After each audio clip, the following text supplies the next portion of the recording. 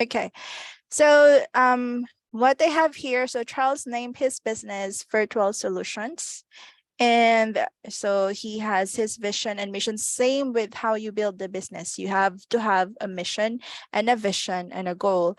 And this sample template or this sample is already in Google Drive. And I will share that with you, Mia, probably after the call. So you have access to samples if you want to start building yours. Okay. So tagline is making your life easier. Okay, that's great. And this is his logo. As we all know, when you start a business, you also have to create your logo that will represent you. And in the future, when you start marketing yourself, you'll be using that logo as representation. And of course, the font and services. So services here, FB ads, copywriter. So you can replace this with copywriting.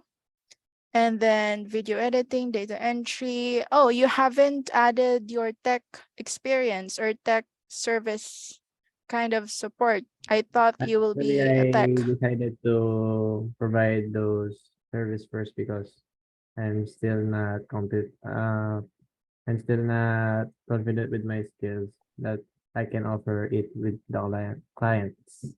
I think And I'm doing first is building a foundation on freelancing. So when I transition from my company work to freelancing, I will not a hard time.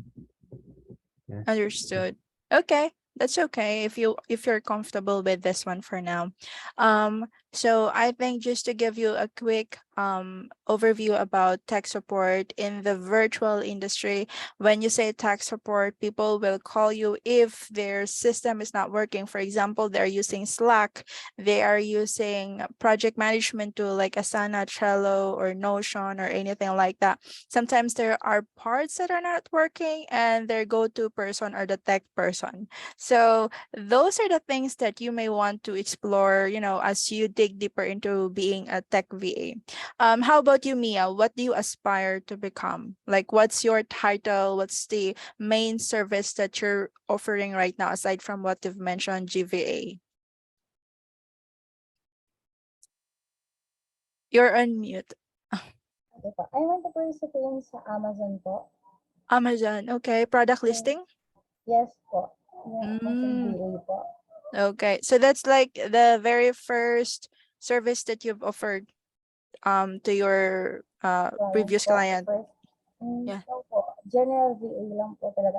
More on hotel reservation po. Tapos, na-handling ko din po yung mga po nila, e-commerce store po. Okay, understood. Okay, so Mia, this one here, since this is already a template, you can start building yours and then you can list down the services that you're comfortable offering. The reason why we are listing them down, so somehow you get the feel of what are the things that you can offer right now.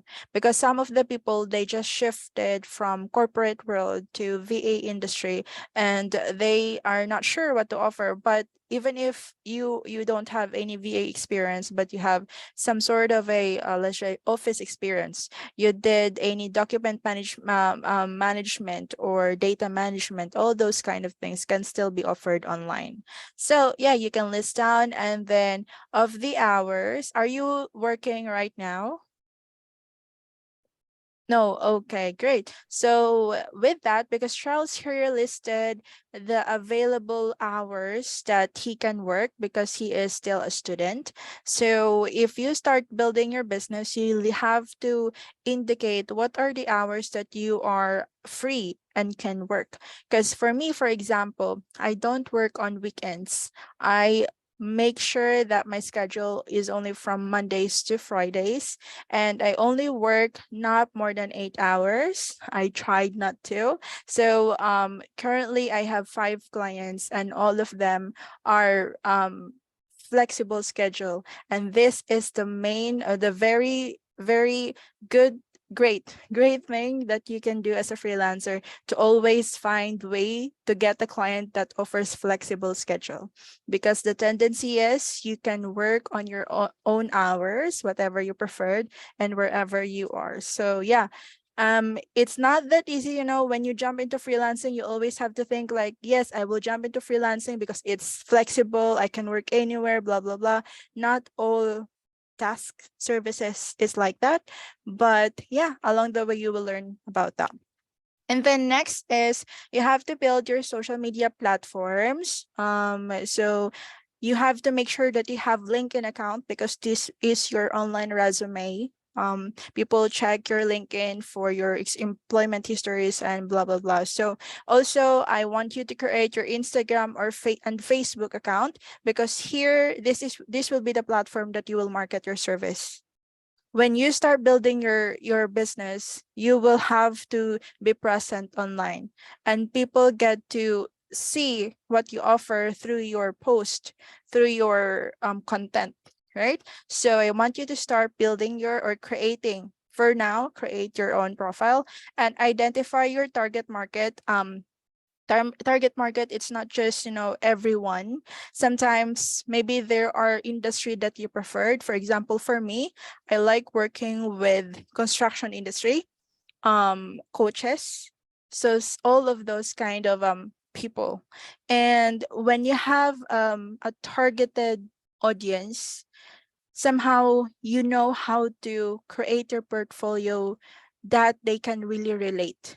No, it's not for general or something like that. So here, these are just keywords based on the services that you will offer. For example, if you're going to be a data entry VA, something like that, you can add data entry. Maybe you can add encoding as part of the keywords, something like that. So this is a good start, Charles. Thank you for this. And now let me jump into, you can still see my screen right now. I'm opening the spreadsheet. Okay. So this is your monitoring. I will be monitoring your the portfolio that you will be creating. Again, when you say portfolio, as we continue with the training, I will be giving you assignments on what you have to start, because this is a kickstart. You have to make sure that all of this is already present in your account. So this is just your profile. Okay. The next one is email signature. Who among you here already have email signature? Are you using email signature? Opo, pero nag-try na po ako before, pero tinanggal ko din po. Why? Parang di po ako nagaganyan sa gawa ko. I see. Okay. How about you, Charles? Have you tried? I don't know the term for that. Ano po Okay. ba? So I will show you an example. So this is my business email. This is where all my freelance related activities are. So if you click compose right here, you will see, let me just move that. This is my email signature. And as you can see, I am a pink person. I love pink. So yeah, this is my email signature, and I will send you a guide on how to create this. So after this call, I will send you a video tutorial on how you can start creating your own email signature. Why do we have to have an email signature? What do you think, Mia?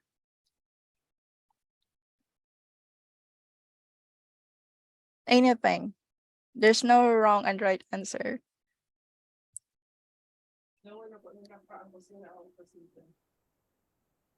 You're on mute. Yep, go ahead. Yes, para po mas ma-recognize po as a VA kung ano po yung kaya, yung ino-offer po ba namin pag po merong email signature. Okay, that's a good start. Um, uh, the reason why we use email signature, it's because it's some sort of our calling card. You know, in an actual business, when you meet people, you give them your calling card. And then from there, they know how to contact you. The email signature here does not just represent your business, but it also represents your contact info. So that is why you can add your social media links. These are not images, these are links. These are clickable. So when people want to check your LinkedIn account, they just click on the LinkedIn icon and they're redirected to my LinkedIn account, and you can see my email and my website. So email signature, aside from it shows professionalism, it is also like a calling card for the virtual business. Okay, so that's why I want you to start creating your email signature, and the tutorial will be sent to you after the call. So the next thing that I want to talk about is the Skype, WhatsApp, and Zoom, which is very important in communication. So I want you to start creating your Skype, your WhatsApp, and your Zoom account. Once you've created your account, you can just screenshot the profile and then compile them in a Google Documents and send them to me. So I can see that your accounts are active, you know.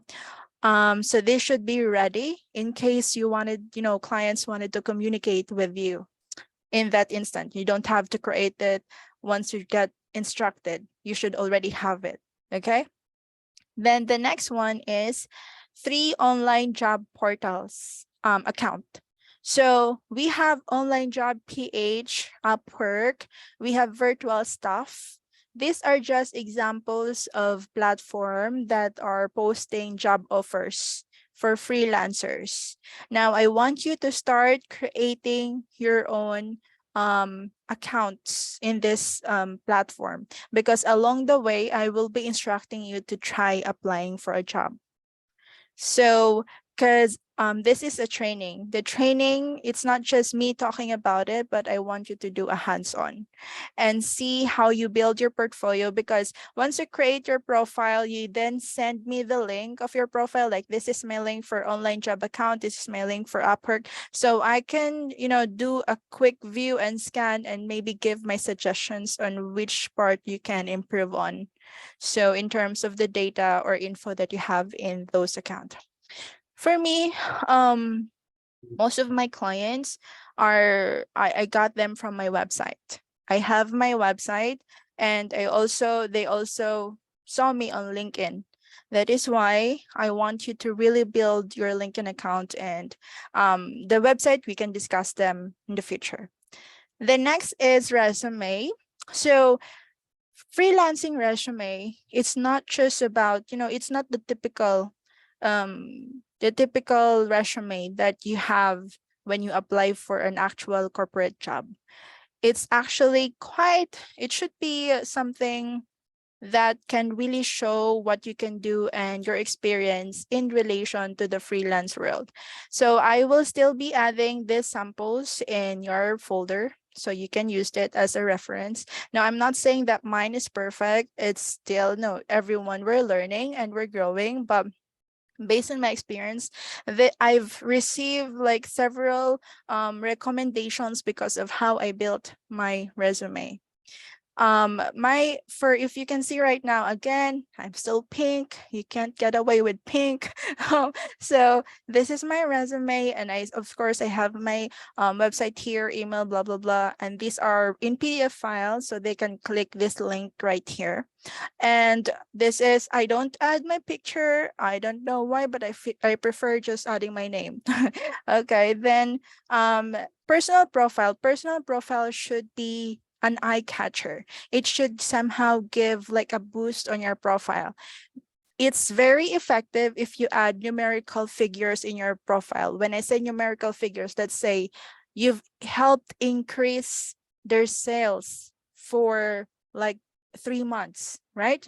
I was able to help, like there was an increase of sales of about 20% when I implemented this process, or when I started joining the team, or blah, blah, blah. So something that could help prove your experience. It's a quick summary of like the positive maybe experiences that you can share with the client, because this is the first part that they will be reading. Okay, it's not about I'm looking for a job that would help me grow, blah blah blah, something like that. It's not like that. It's more of what you can offer and what are your experiences and what are the results, something like that. Okay, now work experience. When you say work experience, again, I just listed the same with other employment experience, but again, try to dive into the wordings with the actual experience. How can you relate it with the VA world? So if the job is not relatable with the virtual services that you wanted to offer, you can omit it. So, you can just delete that part because it's not really useful. For example, you work as a fast food fast food server, something like that. It's not something that really can help in your resume unless you were implementing some sort of whatever when you work there. Okay, so yeah, work experience, we have education, and here's what I wanted you to have on your resume. I want you to list down the skills that you have. You can just, you don't need to follow everything that I added here. This is just an example. So when you show your skills, show it uh, in a visual presentation. When I say visual presentation, just in the glance of it, they can already see your level of expertise and all of the skills that you've listed. It's not just jotting down everything in a list, but it's also showing them your capabilities in terms of that skill or application. If you wanted to also enumerate the different tools that you have used or already using, something like that. And last part are trainings. There are a lot of free trainings out there, and I myself, I don't want to stop learning. So whenever I have time, I also jump into different trainings because it's the only way for you to grow in the field. So if you have any future previous training or whatever training that you have, you can add it here. You can add a training or certificate, blah blah blah, on your resume. And my last is just a quick fun thing about me, I guess. So this is an example of a resume, and again, I'll be adding that in the folder. The next thing that I want to talk about is a 1-minute video intro. Now, the 1-minute video intro is something that you can, there are people or clients that are asking for a video application. From the video, they can see how you talk, they can see your expression, how confident are you with what you're explaining, something like that. And it's important to practice and prepare. I am not looking for a perfect 1-minute video intro, but try to create yours and let's see where we can improve. Okay. And then the next thing is payment setup. Of course, it is very important to also have a channel for your payment. It's not like after applying and you get a client and the client asks you what platform you're using for the payment and you have no idea what you're going to say. So it's important to start creating yours. Now, mine, I'm using PayPal, which is my very main. I know that the charge is quite high, but I'm comfortable with PayPal. So I'm using PayPal when I send invoice, I receive payment, blah, blah, blah. So you can create PayPal account. You can create Wise account, and you can create maybe other platform. Gcash is also very useful because you have to transfer from PayPal to Gcash or other banks. If you have bank accounts and you prefer bank to bank transactions, you can just add your bank info. No, bank, just add the info or the details that you already have it. Okay. You can compile this again in a Google Documents and label it as the payment channels.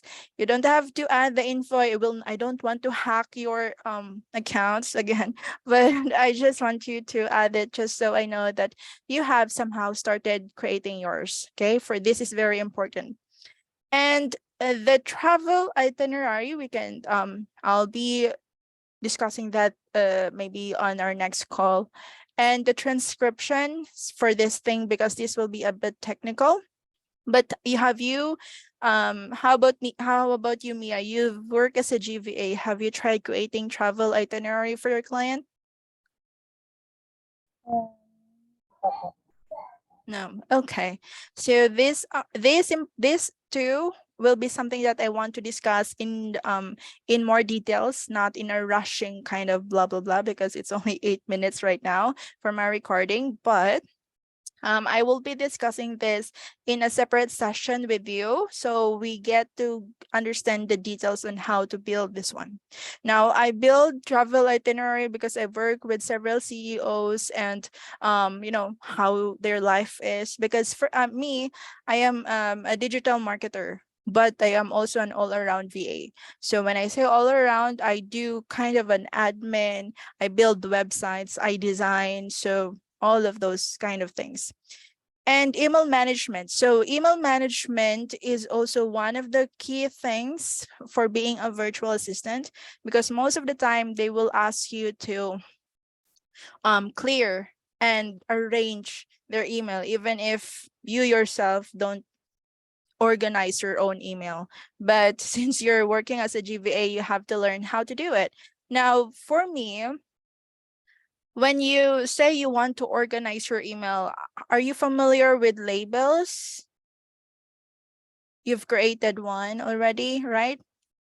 How about you, Charles? Have you tried creating labels for your emails?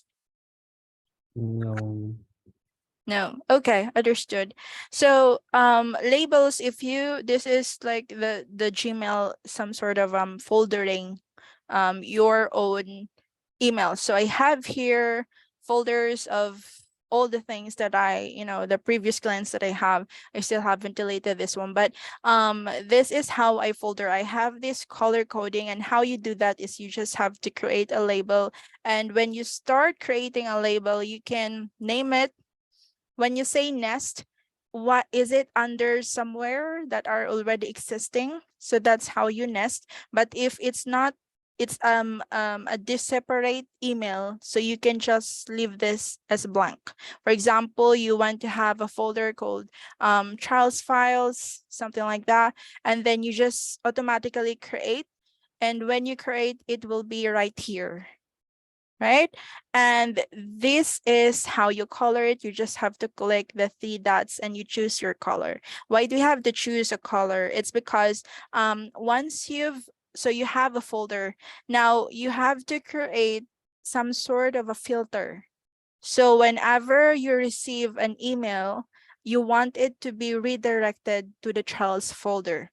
So if I receive an email from Charles, for example, I want this emails to be saved in that folder. So you add the email and then you create a filter. This is some sort of a coding part. And then you click the apply and choose the folder Charles. So whenever I receive an email from Charles, it will automatically be saved here. And you just have to, you can also, scan this one if there's anything you might want to mark check. But that's it. And when I create that one, every emails that I receive from Charles will be here. And it will automatically be color coded. For example, next is scheduling. Scheduling meetings. Have you guys tried creating, let's just say, a calendar invite via Google Calendar? Not No? yet. Mia? Kung yun po yung Calendly po, yung No, or iba no, pa po yun? no. Like creating an event using your Google Calendar. Ay, hindi pa po. No po. Okay. So here's what I want you guys to do. I want you to explore this Google Apps. Google Apps is not just about Google Documents, Google Sheet, Google Drive. There's a lot of things that you can do with this one. You have, for me, I usually use Google business account because I'm creating or helping my clients managing their business profile. But this is the calendar, okay? When you click the calendar, you will have this. And this is where you create a meeting, an event. If your client asks you, hey, can we meet tomorrow at 9 p.m. PST? Can you send the meeting or the invite? So you just have to create an event, and then from here you can just say, for example, Charles and me. So you can add any title that you want. And what I do is I click more options so I can, add more details in it. You can add the email address here, for example. Okay. And then this is where you will find the time zone. So he mentioned PST, or Philippine Standard Time, or if it's in the US, usually my clients are in CT or Chicago areas. So CT time zone, you can just find the time zone, whatever time zone that they prefer.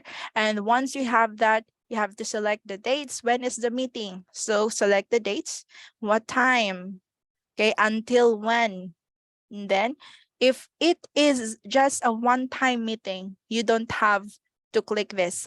But if it is a recurring meeting, same with what you've seen in my calendar, I have multiple events in Saturdays and Fridays because of the training. So you can do the custom and select how many occurrence this will be in your calendar. And maybe this is just for 1 month. So you can just click 4 every Sunday, every Sunday for 4 events. Okay, so that means that's good for 1 month. So that's how you do it. And you have to add here the Zoom link of the meeting. Okay, so, and this one is if you have any details that you wanted to add. Okay, so that's the calendar. And for the last one, we will be this one is just a typing test. I want you to practice your typing. I want you to send a screenshot of your typing speed, and I want you to reach 50 words per minute. If you cannot reach 50 words per minute, try again. Okay, so I will send you or share this folder with you, or this Google Sheet, and I want you to create the portfolios that I just mentioned, except for the travel itinerary and transcription. The rest, I want you to create it, and once I'm done checking it, I'll mark it as done. So that's it for tonight, and I will see you again on Saturday, and hoping to see all your portfolios. If you have any questions, email me.